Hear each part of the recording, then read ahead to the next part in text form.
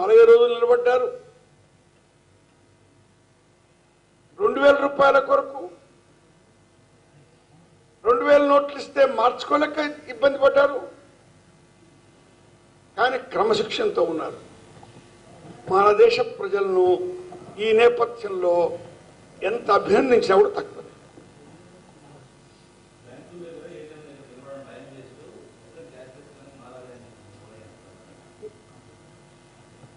మొత్తం క్యాష్లెస్ చేయడం అనేది ప్రపంచంలో ఏ దేశంలో కూడా సాధ్యం కాలేదు. అమెరికాలో కూడా నగదు ఉంది, అమెరికాలో కూడా ఎంతో కొంత నల్లధనం ఉంది, దామాష తక్కువ ఉంది. ఆ దిశలో మన దేశం కూడా పయనించాలి.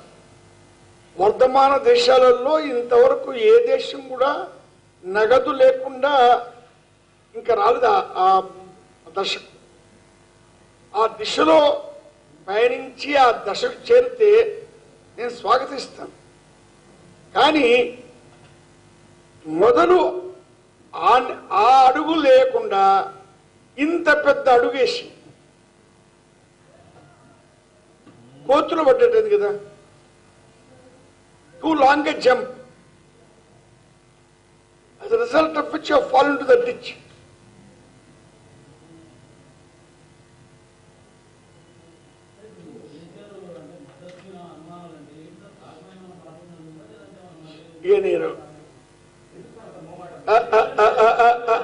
ఇప్పుడు నేను ఎప్పుడు కూడా సరి అయిన ఆధారాలు లేని అనుమానాల ఆధారంగా ఆరోపణలు చేయాలి.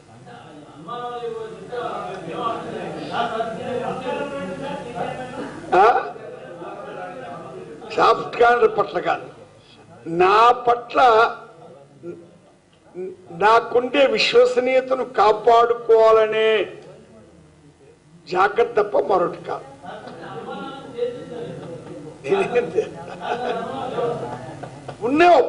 ఉన్నాయి కానీ అనుమానాలు వేరు, ఆరోపణ.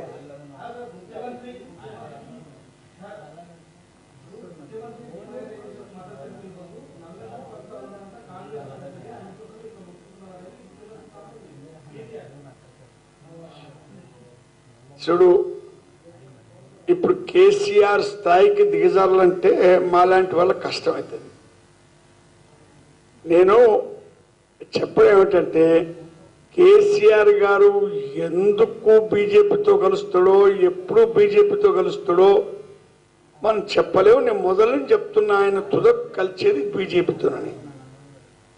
2009లో కలిశాడు, 2014లో కలిసే ప్రయత్నం చేశాడు. ఇప్పుడు ఆయనకు కొన్ని అవసరాలు ఉండొచ్చు, ప్రభుత్వానికి డబ్బు కావాలనో మరి ఇంకే విధంగానో ఆయన ఇప్పుడు బీజేపీతో చేతులు కలిపాడు.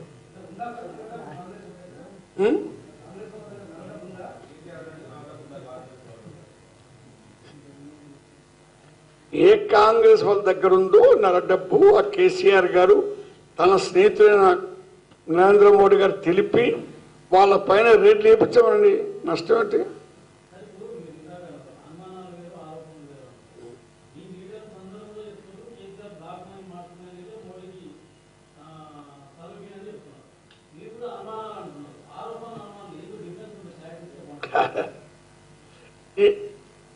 ఈ విషయంలో అంతకంటే నేను విశదీకరించడం, నేను ఎప్పుడు కూడా ఇన్ని దశాబ్దాల్లో నిక్కచ్చి ఆధారం లేదని చెప్పలేదు. కేసీఆర్ దగ్గర డబ్బు ఉంది లేదని నాకు ఆధారం ఎలా చెప్తాం, కానీ అనుమానాలు ఉన్నాను. ఎందుకంటే అమాంతంగా అతను నిర్ణయం మార్చుకున్నాడు కాబట్టి.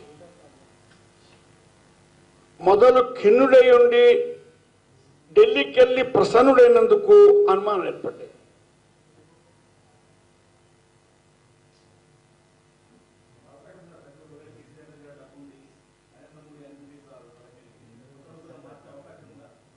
నేను ఈ విషయం పైన ఊహాగానం చేయదలుచుకున్నాను.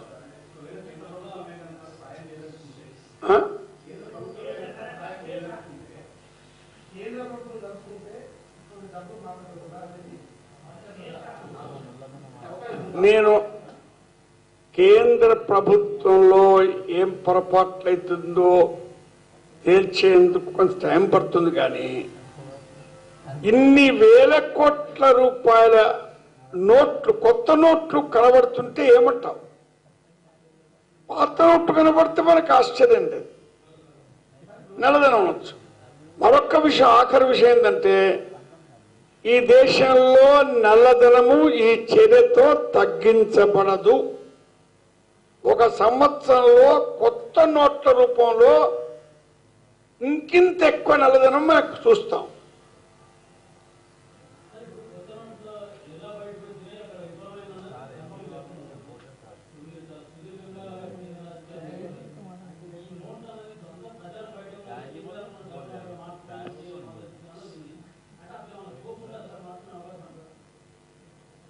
నేను ఈ విషయంలో పూర్తిగా పరిశోధించలేదు, అందుచేత చెప్పలేను.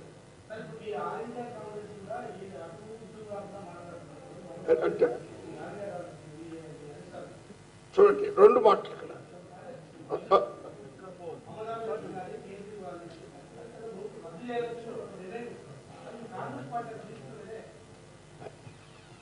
కాంగ్రెస్ పార్టీ ఒక జాతీయ పార్టీ, 50 సంవత్సరాలు కేంద్రంలో రాజ్యేసిన పార్టీ. ఈ నగదు మార్పిడి, నగదు లేకుండా నోటు మార్పిడి నిర్ణయం అవుతుందో ఒక సీసల నుంచి పెనుభూతాన్ని తీసినట్టు. మళ్ళా పెనుభూతాన్ని సీసలో పెట్టలేము. ఇంగ్లీష్లో అంటారు, you take the genie out of the bottle and you can't put it back in the bottle.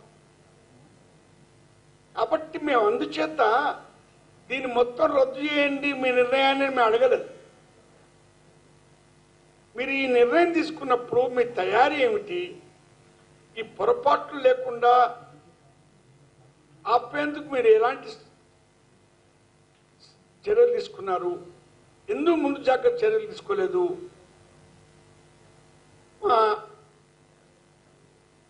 ఎక్కడ నీకు భారతదేశంలో ఈ దొరికినా కూడా వాటిపై చర్య తీసుకోమంటున్నాం. మేము ఎవరం కూడా చర్యలకు వ్యతిరేకం కాదు.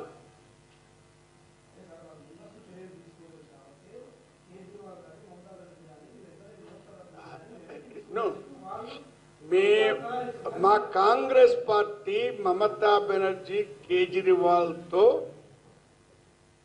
ఏకీభవిస్తూ ఈ నిర్ణయాన్ని రద్దు చేయాలనేటువంటి ఆ కోరికతో మేము ఏకీభవించలేదు. ఎందుచేతంటే సాధ్యం కాదు, అది వాంఛనీయం కూడా కాదు. అందుచేతనే ఇలాంటి తీవ్రమైన నిర్ణయాలు తీసుకునే నరేంద్ర మోడీ ప్రధానమంత్రిగా ఉండే అర్హత ఉందా లేదా ప్రజలు ఆలోచించాలి. అతనికి ఆ బాధ్యతాభావం ఉందా?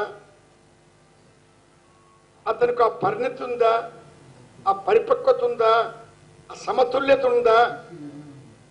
మీరు ఆలోచించాలి.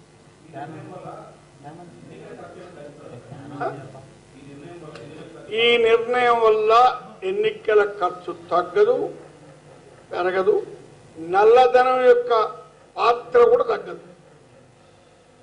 నల్లధనం కొత్త నోట్ల రూపేణ మళ్ళా విలనాట్యం చేస్తుంది. నల్లధనం క్యాష్ రూపం లేదయ్యా, ఎక్కువ భాగం వస్తు రూపంలో ఉంది, చిరాస్తుల రూపంలో ఉంది, చరాస్తుల రూపంలో ఉంది. నీకు 10 ఎకరాల ల్యాండ్ హైదరాబాద్ చుట్టుపక్కల ఉందంటే ఎన్ని కోట్లు లెక్కించు, దానికి ఏమైనా లెక్క ఉందా? అక్కడుంది. నేను పోయి 50 లక్షల ఎకరాలు, 50 లక్షల రూపాయల ఎకరం అని 10 ఎకరాలు కొనుక్కుంటే 5 కోట్లు దాంట్లో ఉంది. నా రిజిస్ట్రేషన్ 50,000 ఉంటుంది.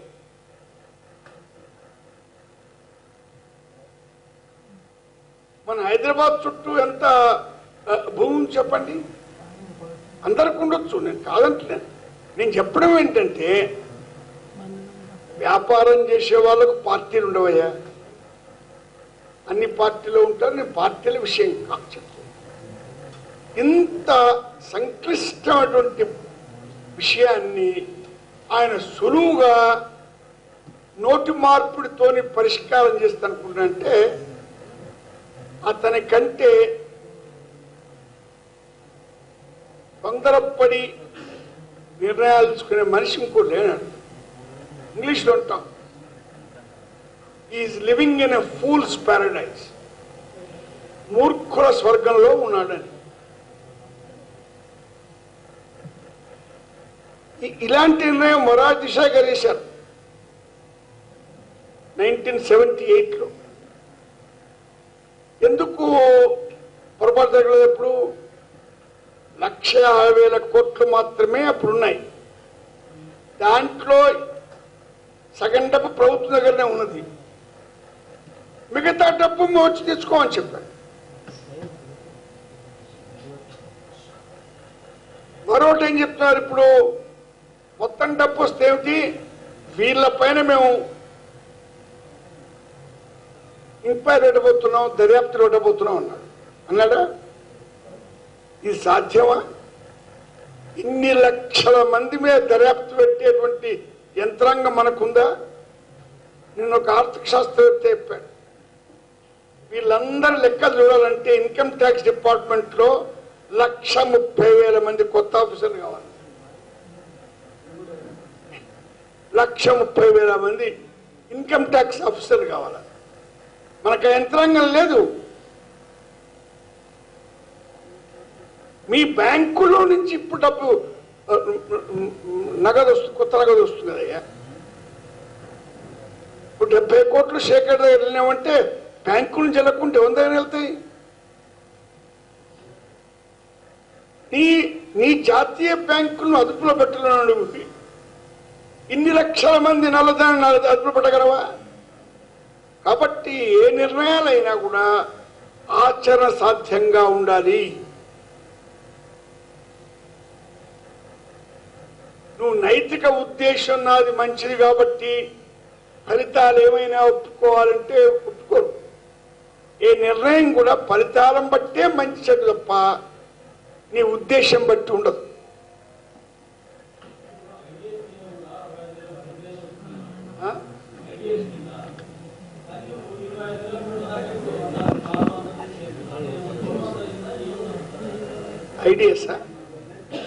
ఐడియాస్ అనేది రెగ్యులర్ గా చేస్తుంటారు. ఇంతకుముందు మా యూపీఏ ప్రభుత్వం కూడా చేసింది. అప్పుడు ఎక్కువ డబ్బు వచ్చింది ఇప్పటికంటే. తర్వాత ఇంకో 2 ఏళ్లలో కొత్త నగదు నల్ల రూపంలో వస్తుంది కాబట్టి మళ్ళీ ఒక ఐడియా స్కీమ్ పెడతాం. కాబట్టి నేను క్యాష్లెస్ దిశలో పయనించేందుకు అనుకూలంగా ఉన్నాను. ఆ చర్యలు తీసుకోండి. మీకు తెలుసా ఎన్ని ఏటీఎంలు ఉన్న భారతదేశంలో? 125 కోట్ల ప్రజలుండే దేశంలో 2 లక్షల ఏటీఎంలే ఉన్నాయి. సరే, ఆ ఏటీఎంలో డబ్బు లేదు, దాని పరిస్థితి ఏమిటో మీకు అందరికీ అవగాహన ఉంది. కానీ నేను 2 లక్షల ఏటీఎంలు మాత్రమే ఉన్నాయి. 2 లక్షల ఏటీఎంతో ఈ 125 కోట్ల ప్రజల అవసరాలు ఎలా తెలుస్తావు? తర్వాత సీజన్ చూడాలి కదా. ఇది వ్యవసాయ రంగంలో అసలైన సీజన్ ఇది. కానీ పంటలు అమ్ముకునేది, రబీ పంటలు వేసుకునేది, ఈ సీజన్లో నిర్ణయాలు తీసుకోవడం చాలా timing is wrong. The decision is wrong, timing is wrong, preparation is wrong, therefore results are disastrous. అందుచేతనే ఫలితాలు ఇంత ప్రమాదకరంగా, ఇంత నష్టదాయకంగా ఉంది.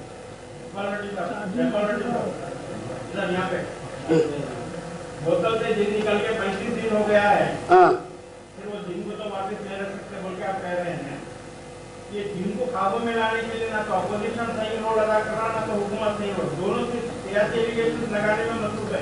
आपकी नजर में कैसा लगता है? रूलिंग पार्टी का जिम्मेदारी है। ये जो फैसला किया गया रूलिंग पार्टी ने किया, उसका जो भी है जिम्मेदारी उनका है। अपोजिशन का सिर्फ इतना ही है, जो कमजोरियां हैं वो बताते रहेंगे। हम सरकार में नहीं है, वहां क्या हो रहा मुझे हमको मालूम नहीं है।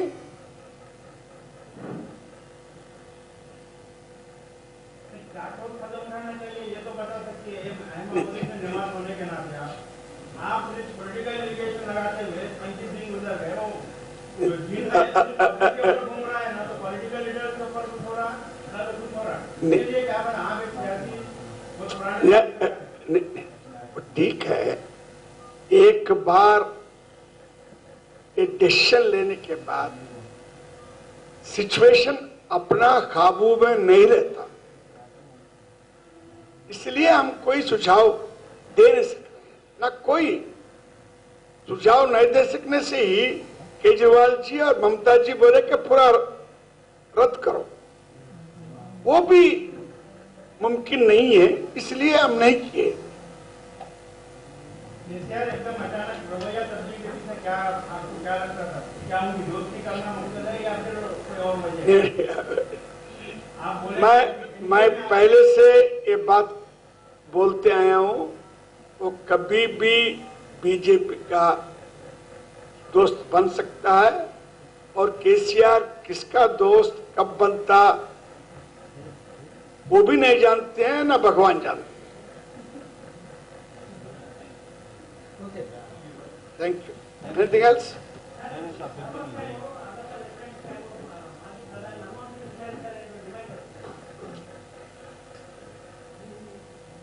రెండున్నర సంవత్సరాలు పరిపాలించిన తర్వాత ఇప్పుడు మాట్లాడితే ఏమిటి పాపం, లేక మాజీ ప్రధాని మాట్లాడిండేనా? ఇది ఒక ప్రతీకార చర్యలకు కనబడుతుంది తప్ప దాంట్లో అర్థం లేదు. ఏదన్నా ఆరోపణ ఉంటే దర్యాప్తు చేయండి.